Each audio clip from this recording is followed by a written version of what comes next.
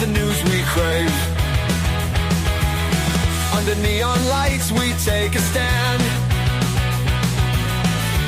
Knights and wizards across the land. Good morning and welcome back to your regularly scheduled nonsense from Site B, located in the holiday happening hangout that is Fresno, Nevada, a town that doesn't in fact exist. It's your boy, the oggm, your second favorite Scrooge, here to talk about this copy of Break the RPG I received. Actually, it was a couple days ago. I just forgot about it. In the holiday happenstance, I meant to do a first look at this, but I completely forgot that I got sent a copy of this. Full transparency, this was a gift copy given to me. Somebody else paid for it and shared it with me. So yeah, I have access to everything. You know how that works. Somebody just basically buys you a copy, sends you the link, blah, blah, blah, but you still have access to everything. So, you know, if there's any updates or whatever. So thank you to that individual for gifting me a copy of the PDF of Break the RPG. Break the RPG is a Japanese animated inspired role-playing game. It features penguins, I think is one of the character races, so that already is a plus for me. Where is it? It disappeared. Oh, there it is. It's hard to believe I just bought this computer. Now, was it broken when I bought it, or is it my ability that broke the computer? Anyway, so this begs a bigger question, because there's a couple of these now. There's Fabula Ultima, which has been the top 10 on drive-thru for over a year now. There's a lot of, and have been a lot of, anime-themed role-playing game systems, Big Eyes, Small Mouth, stuff like that. So what is apparently I can't call them JRPGs because that's just the name of the video game genre, and people get upset when I refer to them as JRPGs. So anime-inspired RPGs like Break. What is the difference between an anime-inspired RPG and a normal RPG? What is the difference just between a normal RPG that happens to include a anime-themed setting, world book or whatever, you know, and just an entire role-playing game built around the premise that this is a Japanese anime, Isekai, whatever you want to call it, world. So I think to really justify it being its own system and not just a supplement for an existing system would be, how do you capture the action, adventure, whatever of an anime and bottle it up and put it in an RPG? And is it a fallacy to expect that if I run this game, it would be exactly like watching an episode of favorite fantasy anime, Isekai? I was, you know, resurrected as a spider, or, you know, whatever. I mean, there's so many of the Isakis of the I died and got resurrected as fantasies now. The harem fantasy, whatever. But there is certain physics in JRPG video games and these animes. And the only way that a game trying to embrace that would be trying to come up with rules that allow you to do the same ridiculous things that you see in an anime or one of the video games. You know, and that includes like cutscenes where you stand there and spend 20 minutes forming your spiraling energy blast, and the bad guys just stand there and wait for it, and then you call out the name of the energy blast, and there's this giant cinematic of, you know, Japanese ruins floating in the sky, and this big gigantic thing pours out, and like, you know, this, you know, if you've seen any JRPG or any fantasy anime, you know, you have these amazing fight scenes, you have these over-the-top action scenes, you have these amazing encounter attacks and stuff like that. Does that translate? And is it a fallacy? Is it to expect that if I say this is an anime system, I can actually do that rules-wise? I can take the physics-breaking rules of anime and apply it to an RPG system, and it works, and it is the exact same experience. Well, of course, we know it's not going to be the exact same experience because that's an anime. That's a video game. This is a role-playing game. That said, let's take a look at Break. Now, obviously, that's a pretty big shoes they're trying to fill by calling it Break. because I was like, let's break the RPG, let's break the paradigm, and our RPG is going to be now. Maybe that wasn't intentional, but all right. So we got cover. We've got Slime Girl or Blue Elf, because for some reason in anime all the elves are black or blue and have big tiddlies. We got Cat. We got obviously I died and got reincarnated in this world, dude. We got some kind of Oni, and then we've got a red mage. All right. So again, did the red mages come before Orko, or did Orko become before the red mages, and they copied the look for the red mage character for Final Fantasy or whatever the red mage and the blue mage appears in? Does anybody know? Who came first, Orko or red mage? Somebody out there must know. All right, so that's our cover, giving us a general idea of what to expect. A D20 system, 2 or more players, age 12 or up. Here's the stuff. As always, we're going to go all the way back to the back to see the character record sheet, if there is one.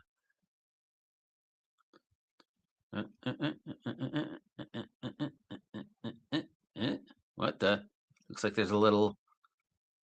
Wow,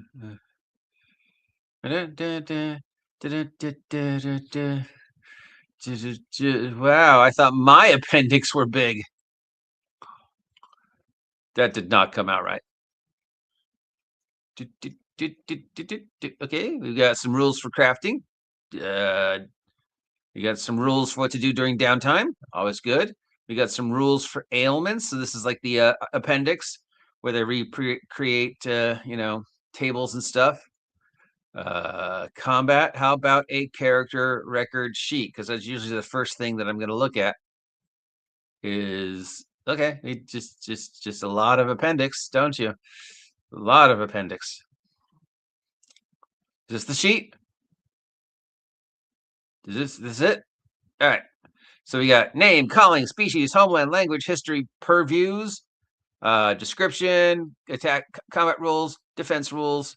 We got might, deafness, dodge, sneak, leap, grit, cling, persist, press on, insight, notice stuff, aura, persuade, inspire, terrify. So we got aura, might, deafness, because there's so many people who know what that word means. Grit, insight, and aura, your charisma, your ability to project some type of energy. Then we got hearts. We're using hearts for our hit points. And then we got speed. Then we got quirks, abilities, gear, inventory slots, allegiance, wealth, and XP. Doesn't tell me a lot about the system. Then each one has a little trait to it. So it's a D20 plus, it's a D plus bonus, looks like, system. All right, let's make a character. Break. Is this a D20 system? Is it a D6 system? All right, we got ogre, hugging protagonists, and members of the protagonist's followers. Of course, we got the cat girl, because you can't have a fantasy anime without cat girls. And we got the cute little one, and it's probably arguing over the size of their booblies, because, gameplay, gaming, grognard. Stop calling us grognards, okay? Creating a character. Choosing a character, create a character takes about 15 minutes. 20-sided dice. Step 1, pursue your calling. Callings, go to page 12. Okay, I like this. This is already a win for me, telling you exactly where to go, if you're flipping around in the system. We got step 2, select your species. Human. Step 3, homeland and history. Okay, so there's a pre-established world. Select step 4, choose your traits. I have a spear. Step 5, choose your quirks. Step 6, finish your character, like descriptions and stuff like that. 6 steps. All right. How do I roll my stats? Step 1, calling. Each one of your calling gives you built-in aptitude, combat value, calling abilities, character advancement, and combat gear allowance. All right, so your stats are built in to your calling. If I choose red mage, I guess, okay, our callings are Factum. Is that a word? Sneak, champion, raider, battle princess, murder princess, sage, and heretic. Okay. Factum. You elevate everyday skill to an almost magical level. Your motto, be prepared. You focus on the details, don't be a hero. Your starting abilities are second to none. Factum pack, see page 17. I do like that. And don't mind me. So then those are the pages you go to get the description. Champion, I hit things. Sneak, I'm the rogue. Raider, I find speed and precision to be how I fight. So a speed-based dex-based fighter. We've got the Battle Princess. You wield battle magic and are defender of things you hold dear. You inspire and motivate all those around you. We got the Sage, of course, your wizard. We got your Murder Princess. You focus on dark magic. So these are only limited to females. I can't be a male wizard or cleric or whatever. Then we got the Heretic. You call forth the forbidden. So blasphemous wizards. And then here we have our characters, of course. We got to have the mandatory beach / episodes. We got the, whatever's going on. Factum. So you're really, really good at a skill. You're not necessarily a warrior or a wizard, but you're the expert cook or the expert blacksmith or whatever. Crafting merchants, intrepid explorers, charming courtesans, and stalwart comic foes. That's a weird word. Factum. That's a weird choice for a word. When was the last time you heard anybody use that word in a conversation ever? All right, then we got our starting abilities. 1, 2, 3, 4, 5, 6 pages before we move to the next one. Sneak. Pretty self-explanatory. 6 pages of explanation of what you can and cannot do, all laid out. Is that a good way to do it? I guess. There's no wrong way to do it. 6 pages might be too much. I don't know, but maybe it's better to have everything that you can and can't do built into the character class, so you don't have to keep going back and forth, like say in the player's handbook. At this point, it's just a matter of style. Okay, so we know what the classes are. All right, so let's just look at the class that makes the least sense to see how you animate up this normal dude. So we're going to look at the Factum, because really, while these characters appear, in anime, I don't know if they're player characters or NPCs. All right, so first ability, you have an edge whenever you roll for a check or contact covered by one of your previews. Probably an advantage. You replace the minor bonus you normally receive. Okay, you get a free pack containing stuff. You get your opponents to ignore you with "Don't Mind Me." You've got your crafting prodigy, where you can pick a disciple and build things really, really good, like cooking or whatever. We got an ability called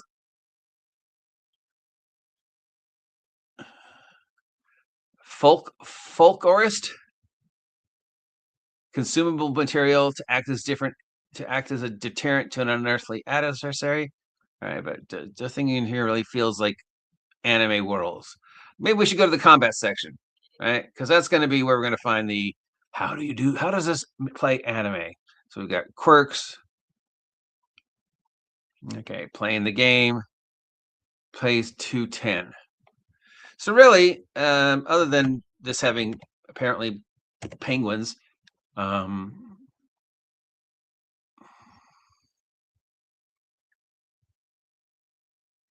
game master players, actions. What makes this an anime game? That's my question. As opposed to just a setting for a pre-existing game. Like, I build settings for Shadow Dark. Some of those settings feel very Shadow Darkish, like my fantasy setting. Some of them, like superheroes, don't. but I'm not trying to reinvent the wheel. I'm using another system and just creating expansions for that system. The same thing I did with GURPS and pretty much everything. I mean, the one time I tried to design my own system. Anyways, but yeah, I like to take an existing system and see how far I can push it. I like to create source books, setting books.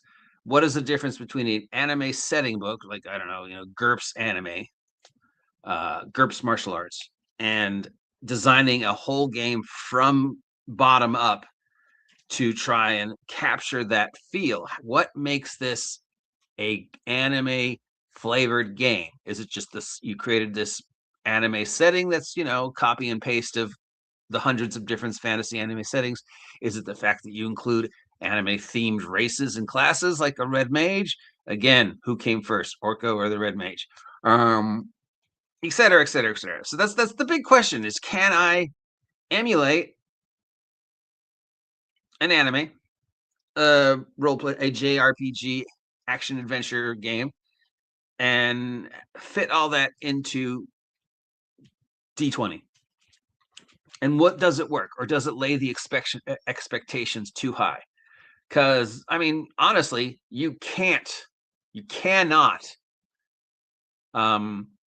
make an anime into a game. An anime is scripted.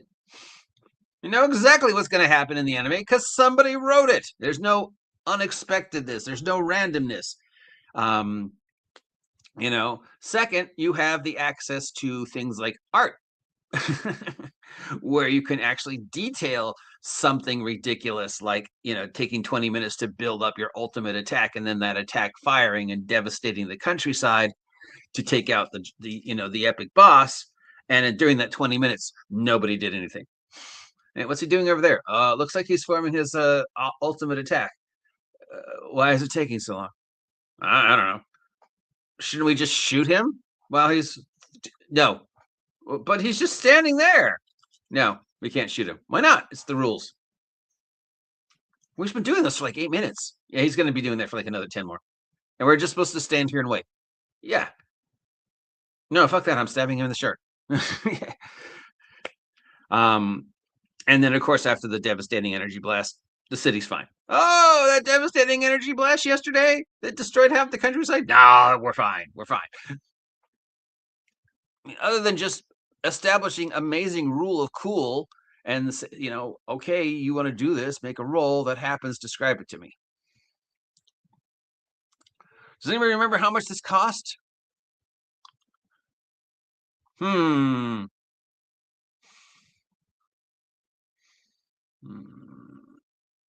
I mean, it's got the look right. It's got the feel right. It's got the flavor. It definitely give it an A+ for the flavor. We got the various races, we got the tiddlies, we got the various anime classes, we got anime looking settings.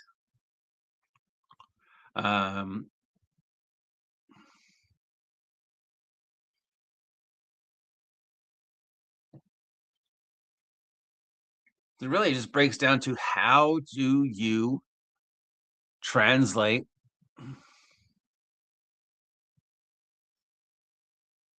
to the rules?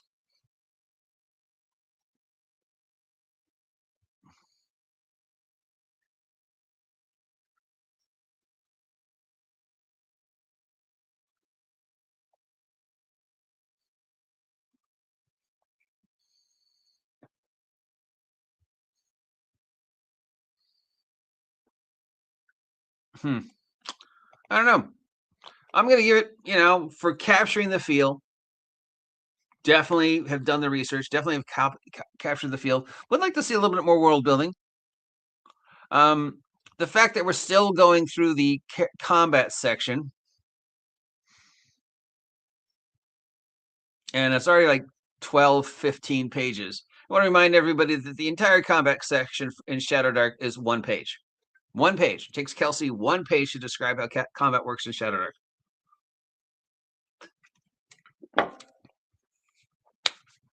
Takes this guy going on at least 20 pages here and still not done. That's too much.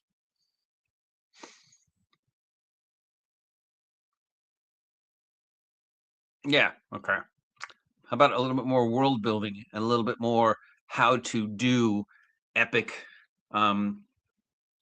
effects and stuff like that? Rules for crafting.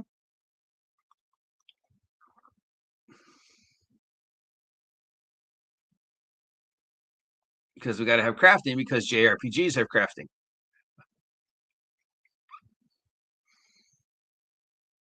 But crafting in JRPGs works because it's a video game. Building something in real life is not. Anyways, here's some stuff on the world. So it does come with a pre-generated world.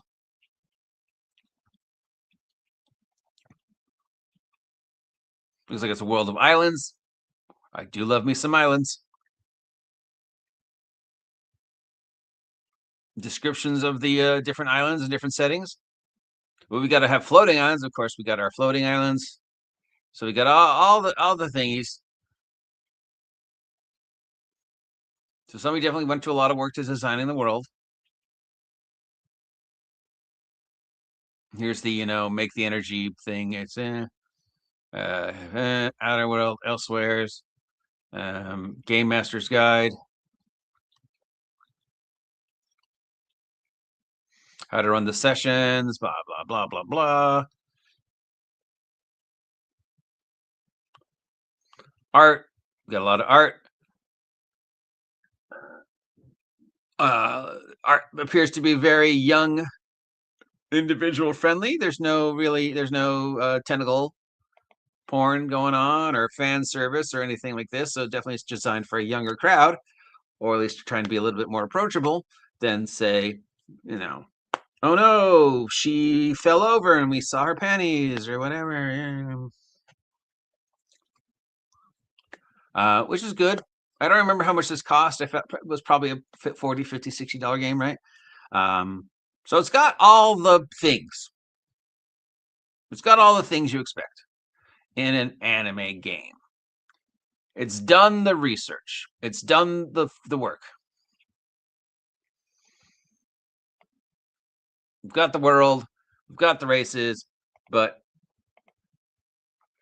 12 pages, 22 pages for a combat section, however long that was, that's a little too much. Would I run this? No. I probably wouldn't, unless a lot of people said, let's play break. If people said, I want to do something anime, I'd probably find a very simple system, which allowed for the fourth wall breaking unwritten rules of anime, of tokusatsu, of whatever, where you do have, the 20-minute buildup and a much more descriptive flavor-based RPG system, and a much more descriptive flavor-based RPG system probably would not have a 20 some odd page combat system. It'd be just mostly more written about okay, here's the mechanics, 2d6, 4d6, 6d6, 8d6, 10d6, whatever, depending upon your level. Here's the mechanics. You describe what it does. How is your 10d6 energy blast different than that bad guy's 10d6 energy blast? So it feels like it would kind of almost like Champions, but maybe not as complicated, where you just have the framework, but everything else is built around the description, which 10d6 is 10d6 is 10d6 or 5d6 or whatever. What you have to do is create it so even though we have the same mechanics, it's the flavor, and that would be mostly just through the DM and the player agreeing that these are the physics we're embracing, and that when I do this, things happen. When I fail a dice roll, maybe there's an unintentional fan service moment or whatever. I don't know. I'll give it the A for effort. B for, wow, the combat systems is way too long. Would have liked to seen a little bit more of the world and a little bit more. I don't know. It seems fine. Would I spend 50, 60 bucks on it? No. Would I run an anime-inspired world? Definitely. Would I use this system? Probably not. Would I play it if somebody invited me to run it? Definitely. So, sure, why not? I don't, if you don't have an anime-inspired world and you're looking for an anime-inspired world, Here you go. Should this be a source book for an existing system rather than a game on its own? Definitely. What system? I don't know. Maybe Champions or D20, you know?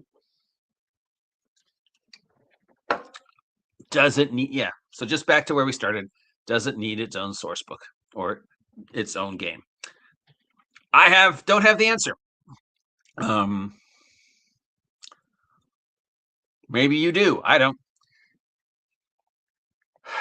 But it looks fine. It looks fine. It's nothing glaringly wrong with it. So yeah, go for it. Why not? If you got $50 and you want to pick up a game about Japanese anime and you don't already have one, pick this one up. Or you could ignore everything I just said for the past 26 minutes and instead hop, skip, jump, crawl your way over to Drive-Thru RPG and pick up my games, which are paid for what you want. Now, while I would love you to spend $50 on my games, if you only have 50 cents and you still want to pick up the product I made, I would appreciate your 50 cents.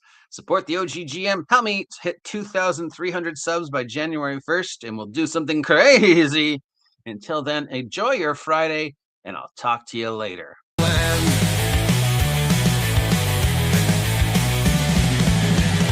Monsters lurking in the night. Heroes ready for the fight.